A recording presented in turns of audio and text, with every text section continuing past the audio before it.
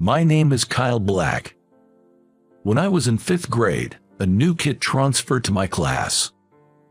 One day, a trio of bullies started picking on the new girl, Ava West. "Hey, newbie, say something." Ava, being petite and slim, was an easy target. Taking advantage of her quiet nature, they'd tease her daily, always managing to fluster her. Having watched this day in, day out, I finally mustered the courage and said, "Enough is enough. What's your deal, trying to be a hero?" Tom, the leader of the trio, quickly shifted his attention to me. "Yeah, what's Monkey Face here trying to prove? Monkey should just stick to making monkey sounds." The other two joined in, echoing Tom's taunts. "What's it to you if I look like a monkey? Haven't your fathers ever told you that men are supposed to protect their mothers and other girls? Ava just got here. We should be kind to her." Now that I am an adult, I would be a little embarrassed by this line, but at the time I thought it was the norm. Predictably, the three bullies didn't just stop. They teased me, too. But their words never bothered me, because I deeply admired my father. My father was a big, strong man, but in front of me, he would stroke my head while squinting his eyes as if they were about to melt away. He worked in construction. As a kid, I often visited his work sites with my mom, bringing him lunch. I've seen him lifting heavy things with such ease multiple times. I idolized my strong yet gentle father and often said, "I want to be a strong man like Dad." To which he'd reply, "Being strong isn't just about muscles, it's about protecting those weaker than you." His words came naturally to me in my confrontation with the bullies. Of course, they didn't stop, continuing to taunt Ava. I couldn't stand seeing Ava, always on the brink of tears, so I started accompanying her to and from school. She was a woman of few words, often nodding or shaking her head in response. She always looked down and pressed her lips tightly together, making it hard for her to fit in with the more outgoing girls. But Ava was genuine, and I enjoyed her company. We became closer over that year and the next, but in middle school, we went to different schools. Ava moved to the neighboring state due to her father's job. "I'll write you letters," she promised. How happy I was when Ava told me that.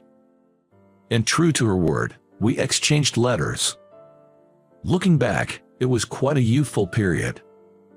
Exchanging letters with a girl during the height of adolescence. To be honest, Ava was the only girl I was ever close to. One day, 13 years after graduation, I received a notice for a reunion under the title, "Let's have a reunion now that we are about twice our age since graduation." The quirky theme made me chuckle, and I decided to attend. At the venue, I was thrilled to see familiar faces. As I chatted with old friends, I noticed a group in flashy suits.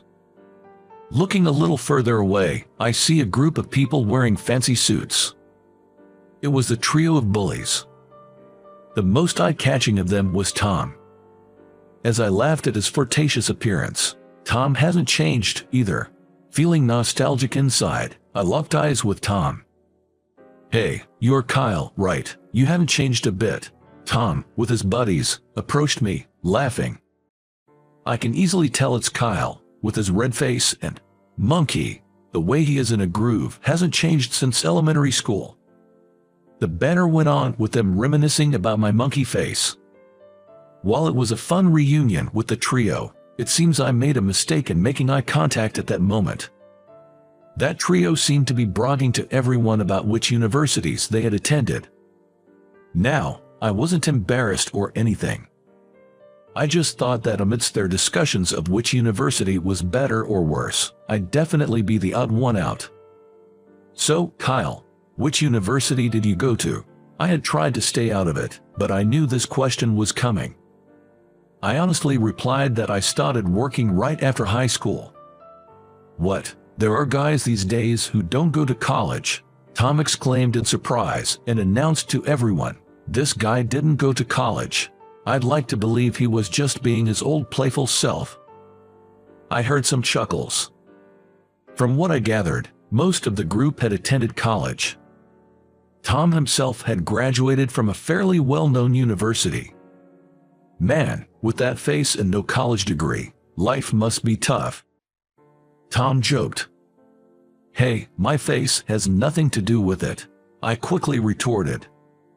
But Tom continued, looking somewhat concerned. Without a degree, you probably can't find a good job, and your pay must be low. I replied honestly, it's not like that, really. Though it might have come off as defensive. Some folks expressed sympathy, others teased. I wasn't struggling by any means. Anyway, I just said thank you to end the conversation. As the reunion ended, we headed outside. Hey everyone, how about some karaoke for the after party? Tom enthusiastically called out. A few wanted to head home, and the ladies decided to have their own after party. In the end, only the guys were left. Tom is disappointed that the girls didn't stay, but then he says he will take them to a nearby bar that Tom frequents. As I check my watch, deciding whether to join or not, Tom encouraged, "Come on, Kyle, join us." I thought, why not? It's not often I get to catch up with these guys. With a note that I might head home early, I followed the group to the bar. Tom's favorite bar had an international vibe, with waitress and customers from various countries. As we walked in, everyone was in awe, exclaiming, "Wow, this place is cool." After Tom conversed with the waitress, he was led to a large table in the back of the bar. Tom had pre-booked a large table in the back. Everyone was excited to see a bar that they had never been to before. The rumor that Tom had a thing for foreign women. That is why he often comes to this bar. "This is Michelle." Tom introduced the waitress who came to our table. "Oh my, Tom, how many girls do you say mine about?" Michelle's fluent retort made everyone laugh. The bar was lively, with music playing. We could chat with the waitress, mingle with other customers, or just enjoy ourselves as a group. Everyone seemed to be having a blast. After a while, a stunning blonde woman entered the bar. With long blonde hair, revealing clothes, and a beautifully styled woman, Tom couldn't help but let out an "oh." Following Tom's gaze, we all turned to look.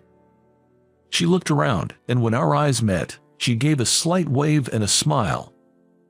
I immediately stood up, intending to leave, and said, "Well then." "Oh damn," she waved at me. Tom interrupted, clearly excited. Everyone around me cheered. "Well, then," looking at me, Tom said, "Perfect timing. Kyle, why don't you go and pick her up?" I was taken aback. "What?" Tom looks thrilled. With a gleeful expression, Tom suggested, "Let's play a game. Let's see if Kyle can hit on her speaking French." Everyone joined in the excitement. It all happened so fast, and I was completely caught off guard, but everyone seemed to be having fun, so I went along with it. The others started adding rules, like whoever thought I'd fail would cover my drinks. As they discussed, they doubted my looks and French skills. "That's not even a game." Laughter erupted, but they said it seemed fun, so I should go for it. "Let's see how far your high school French can take you. Go." Before I knew it, a game involving me had begun. I got caught up in the hype and said, "No way," as I approached the blonde beauty at the counter. "Excuse me, can I talk to you for a second? Everyone's been telling me to go pick on you." When I said that, she said, "What? What do you mean?" Then she was so surprised that she started to laugh. She glanced at everyone seated and then looked at me with a mischievous smile. "Oh, I see what's going on. Sure." As I walked with her to everyone's table, they all said, "No way." They rolled my eyes and were amazed that I could communicate in French. "Good evening. You called me over," she asks everyone in French, but they must have been stunned by her breathtaking beauty.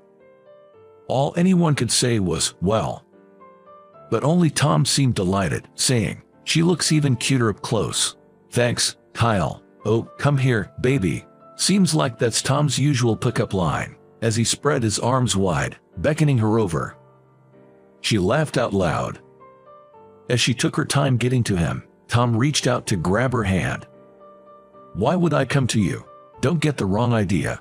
When she said this, everyone looked at her with an "what" look and became quiet. That's because the words she uttered were in fluent English. "You're Tom, right? That's George next to you, and Tyler over there. I recognized all three of you right away." She mentioned only those three names in the room, but given her fluent English and her ability to name them, everyone seemed to be in shock. Seeing everyone's reaction, she locked eyes and burst into laughter. "Sorry, everyone, but don't you remember? It's Ava West." When I said that, everyone was silent for a moment, then exclaimed in unison, "No way. Are you that Ava?" Amid the surprise, Ava smirked. "No, darling. It's Ava Black now." Hearing that, everyone blinked in astonishment, falling silent again for a few moments. Then, a collective "what" echoed throughout the room, drawing the attention of other customers. Ava playfully wrapped her arm around mine, smiling brightly. Actually, Ava couldn't make it to the reunion because of work, but she finished up and came to pick me up. I tried explaining to everyone, but they seemed lost. Ava must have been tired from work, but when I briefly emailed her about attending an after-party, she replied, "I'll pick you up." The truth is, I still have some work to do after I get home. On Saturday nights, it's hard to hail a cab, so I took advantage of Ava's kindness. Everyone kept saying, "I didn't recognize Ava, she's become so beautiful." Indeed, Ava in elementary school was short and petite, and always looked down, very timid. I was plain back then, but the trio hasn't changed much. I recognized you guys instantly. Besides, I remember what yielded to me. When Ava said that, Tom and his friends looked awkward. Ava had just returned from France at the time. Her father was American, and her mother was French.